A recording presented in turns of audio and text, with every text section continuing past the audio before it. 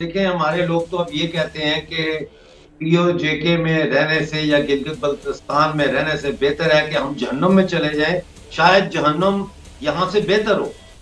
पिछले 4 सालों में सिर्फ पाकिस्तानी मकबूजा गिलगित बल्तिस्तान में 219 लोगों ने खुदकुशी यानी आत्महत्या की।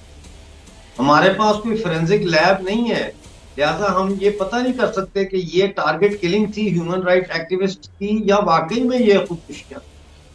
इसके अलावा तो मैं समझता हूँ आज 27 अक्टूबर है। हम 27 अक्टूबर को पीओजेके में कहते हैं यौम बका, यानी द डे ऑफ सर्वाइवल।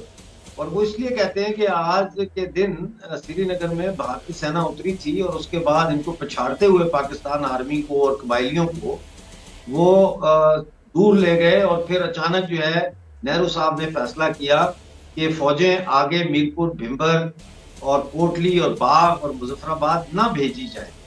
मैं आपको थोड़ा सा, चूंकि आज प्रोग्राम का आपका मौजू भी ये था, ये तो आपस में लड़ लड़ रहे पड़े, हैं हाँ। तो इनको लड़ने दें आप, लेकिन थोड़े से हकायक भी पता होने चाहिए ना। आज बात ये कि आज बीजेपी के नेताओं ने जो बात की है उसके उसको वो क्यों की है, मैं थोड़ा सा आपको बताता हूं कि क्यों की। वो इसलिए की है कि बाल के गुप्ता जो हैं उनकी उम्र 6 साल थी जब मीरपुर में ये दुर्घटना हुई जिसमें 100,000 Hindus and Sikhs and Jains were massacred. It was a genocide.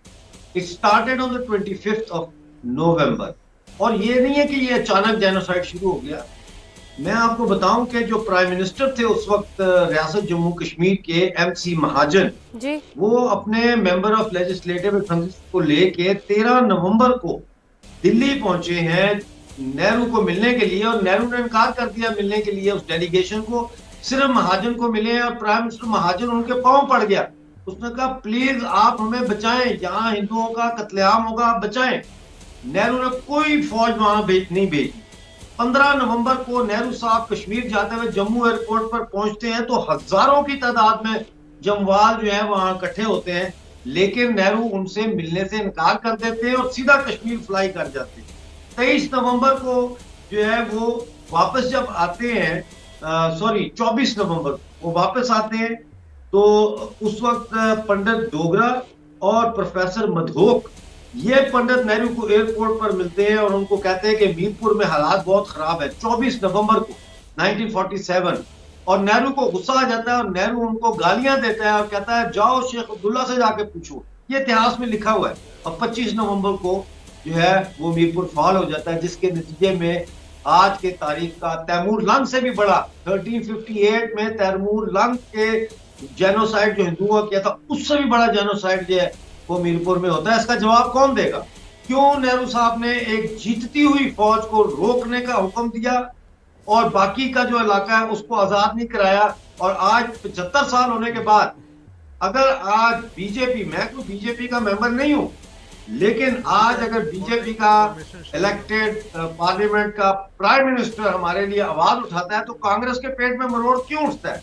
मैं आलोक जी। सवाल ये आखिर में आप बात क्यों उठता है मरोड़, ये बताएं। अभी अयूब साहब बोल रहे थे जो एक्टिविस्ट है, मैं उनको ये बताना चाहता हूं कि देखिए अयूब साहब, आपके अच्छे दिन जल्दी आने वाले हैं।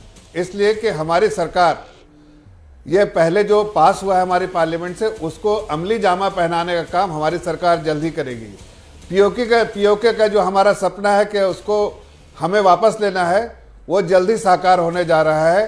ये मैं जो आप पूछ रहे आगे क्या होगा, यही होने जा रहा है। हम उसको हासिल करके ही रहेंगे। और ये आपको आज जो भी बोला है डिफेंस मिनिस्टर साहब ने, वो इसी बात को दोहराया है कि डॉक्टर हमें गगन भगत, उस वक्त तक चैन नहीं होगा जब तक अयूब साहब के जैसे, ये जो पाकिस्तान अयूब साहब ऑक्युपाइड जैसे कश्मीर लोगों है, को अब पूरी इससे तौर हमारा ही से जम्मू आजादी कश्मीर नहीं कहना मिलेगा। चाहिए। हमारे वो क्या हमारे करेंगे, अंदर उन्होंने अब तो मजीद हिम्मत गुलामी बर्दाश्त नहीं रही।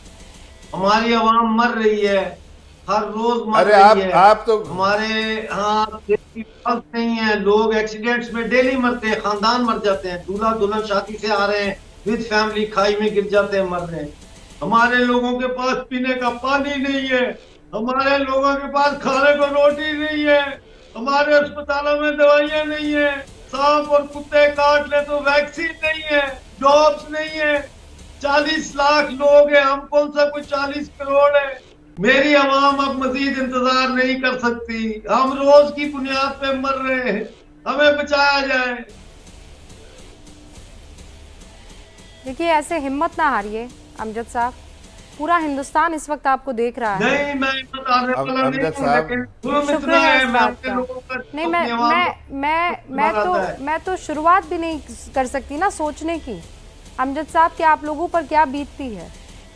मतलब अब जब आप ये बातें कह रहे हैं तब हम सिर्फ एहसास कर सकते हैं। आप क्या जवाब देंगे आज अमजद भाई को? मैं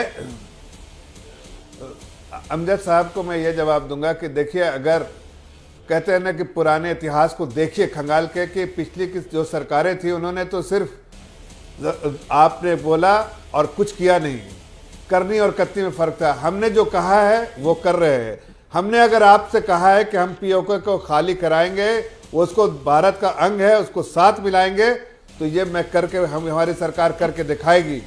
मैं आपको ये नहीं कह सकता कि किस दिन करेंगे क्या, लेकिन ये हमारा फैसला है, ये हमारा फैसला है।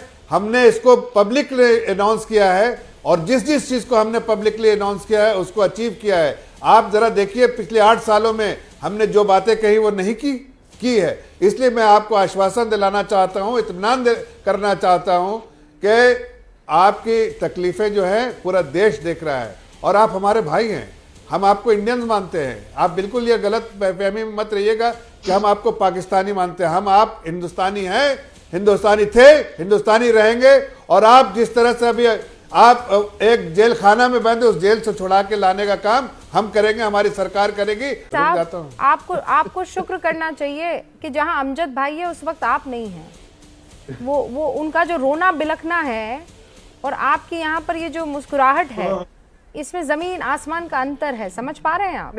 अमजद अयूब मिर्जा साहब जब से वो वहां पर रोना शुरू किए हैं, मुझे तो कुछ और समझ में ही नहीं आ रहा है। आप लोग बड़े कंसंट्रेशन के साथ जो है अपनी लाइन और लेंथ पकड़े हुए हैं। अमजद अयूब मिर्जा से पूछिए मातम मनाना क्या होता है।